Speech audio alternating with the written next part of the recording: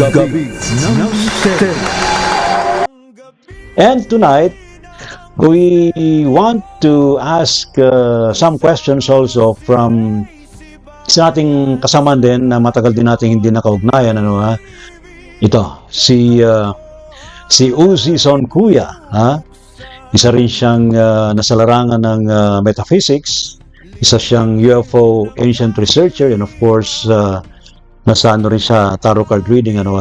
Ating alamin ang kanyang pulso, kanyang pakiramdam, analysis, observation tungkol sa Disclosure Day movie ni Steven Spielberg. Go ahead, Brother Ozzy. Gabi ng Mister. Hello guys, I'm Ozzy Sonkuya and isa akong spiritual practitioner and nagpa-palm reading ako and tarot reading, and isa rin akong researcher sa UFOs and ancient history. So, on the question, do you believe that the footages being shown in Disclosure Day movie are real? Para sa akin, yes. Isa siyang truths na pinapakita through the movies, and yun nga, if mag-research din kayo sa mga Roswell incidents, sa mga ancient civilizations, mga History Channel, meron mga proofs na unexplainable since the beginning of time pa. So, di ba? Madaming din mga naka-carve sa caves na mga extraterrestrial beings na nag-hint na sila yung mga pumunta dito noong ancient times at tinulungan din tayo maging complete or maging aware sa reality na nilalakaran natin right now. So, on the second question, what do you think why Steven Spielberg made the Disclosure movie? Mind conditioning or preparing the human race to accept everything, especially the alleged plan for alien contact? So, for me, it's both. Kasi, ayun nga, since pinoprogram na tayong ipakita yung mga ganun, kasi mangyayari na siya soon para wala siyang shock masyado sa collective effect. Kasi minsan, di ba, may expectations tayo na kapag na ganun, madami magsha-shatter talaga sa mga rules, systems, organizations. So, kumbaga, kapag na-realize natin na meron pang beings beyond us, di ba, ang daming truth na magsha-shatter. Siyempre, madami din hindi maniniwala kasi masisira yung reality nila, and yung tawag sa pag nasisira yung reality is cognitive dissonance. So kapag nagkaroon ng cognitive dissonance ang isang tao, nasa state of denial tayo and anger, pwede natin sabihin ng masasama yung messenger. Pero yun nga, it is important na meron pa rin tayong open-mindedness in terms of accepting or flourishing your own perception of reality. So, next question naman is, do you think Steven Spielberg has a direct communication with aliens, considering that he made lots of movies about extraterrestrials such as Close Encounters of the Third Kind, E.T., TV series Taken? So, I think yes, kasi may kanya-kanya tayong personal connection sa spiritual realm. So, sa iba, pwede naman tayo kumalik sa mga elementals, sa spirits, sa angels, pwede din sa extraterrestrial. So, parang ganun din siya. It's an interdimensional connection and a subjective connection din talaga. So, kung ano yung pinapractice mo, kung ano yung pinaniniwalaan mo, kung saan ka mandalin ni God, ni universe, na connections, ayun yun yung subjective truth ng isang being. So, I think, yes, meron siyang personal connection si Steven Spielberg sa mga extraterrestrial beings. So, sa next question naman is, are you aware or do you feel that aliens or extraterrestrials are doing the abductions, or maybe they shifted to other means of modifying human DNA by inviting them to visit hidden alien bases around the world?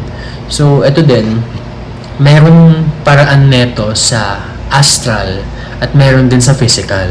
So yung sa physical, ito yung mga nakikita natin sa Area 51, sa mga random sites na, yung mga fields na nagkakaroon ng sacred geometry, yun yung mga spots na yun yung mga activations ng DNA na yun. So ako, yung personal experience ko, nakuha ko siya sa astral realm by meditation. So through my meditation, dinala nila ako sa parang crystal clear na room, sobrang liwanag, sobrang puti. Tapos ayun na, dito na ina-activate yung mga cellular, ayun nga, DNA activation, mga cellular particles sa loob ng katawan ko para i-upgrade yung DNA ko into much higher, kung mas kaya ko handle yung higher vibrational frequencies and yung mga incoming upgrades pa na paparating. So, sa next question naman is, do you believe that humans have alien DNA that can be activated once they decided to show up in full real disclosure of their existence? I think yes, lalo na kapag nakita na talaga natin visually and physically. Kasi, ngayon pa lang, kahit di pa natin nakikita, like personal connection pa lang, tingnan mo yung mga origins natin, yung sa mga Anunnaki, Sumerians, yung mga Norse mythology, yung mga ancient mythologies. Lahat yun may bloodline ng extraterrestrial. Lahat yun may mga outside worldly influences. Kasi ganun na-activate yung powers nila eh. Mas pure yung connections mo dati. Kasi ngayon, jumble-jumble na program na tayo ng ganito ganyan. So, dati normal yung magic. So, if normal yung magic dati, hindi imposible yun. Na mas posible siya. So, sa next question naman is, if they showed up, what will you do as an observer or the seeker of truth? Are you going to volunteer yourself to be chosen to meet them in person or be taken to their realms of existence? Para sa akin yung realms of existence, masyado siyang overwhelming. Kasi, physical beings tayo, tao tayo, mahirap siya i-grasp. For me, like personal experience ko, mahirap siyang puntahan. Kasi nakaka-shock talaga siya. Although gusto kong bumalik if ever pupunta ako. Pero ayoko yung tumira doon. Not now. Not now muna. Pero ayun nga, magiging observer ako and seeker of truth. Kasi matagal ko naman na sinisik yung truth eh. So, I think nag-aantay na lang din ako ng panahon mangyari yung mga ganun na bagay. And tsaka ako mag-share ako ng sarili kong personal truths and personal experiences ng mga nangyari sa akin way back noong 2018.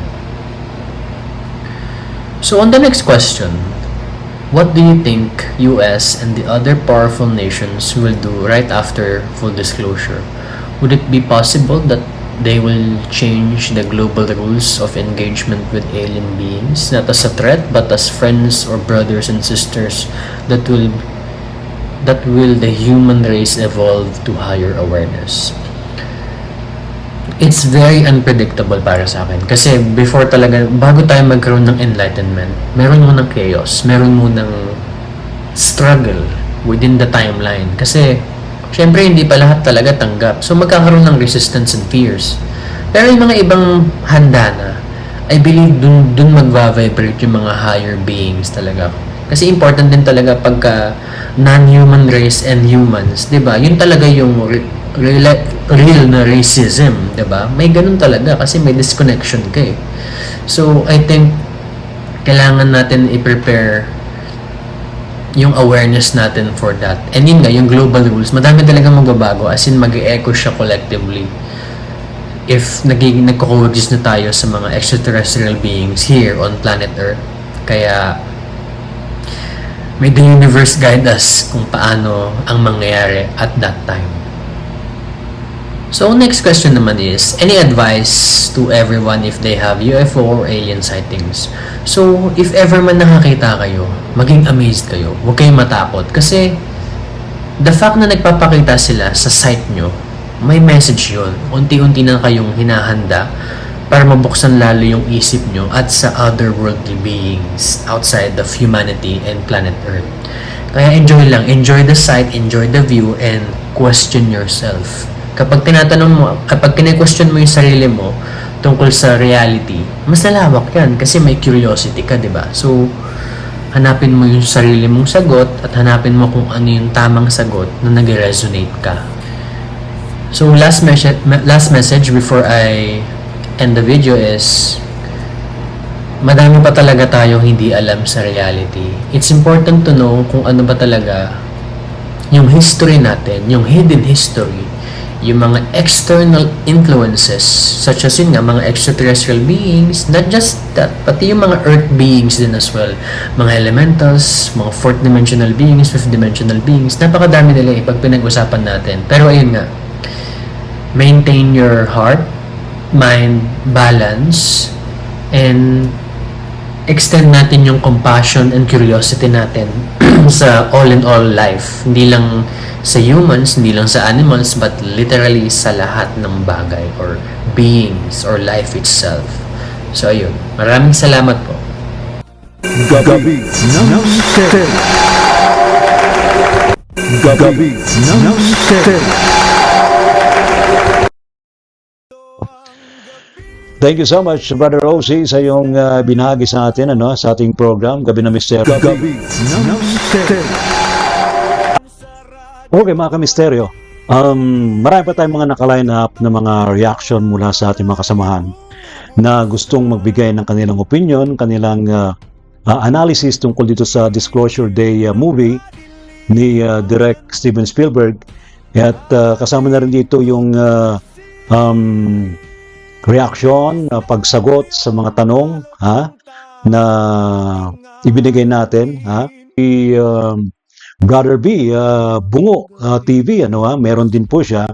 Doon sa mga films na ginawa ni Steven Spielberg, mahilig siya sa ganito eh.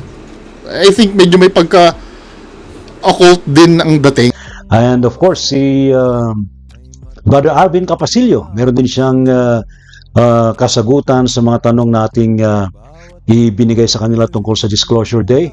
Dito Steven Spielberg has direct communication with aliens considering that he made a lot of movies about extraterrestrials such as Close Encounter of the Third Kind, E.T., TV series Taken, etc. Even yung kanyang movie na Indiana Jones and the Kingdom of the Crystal Skull is also an extraterrestrial story.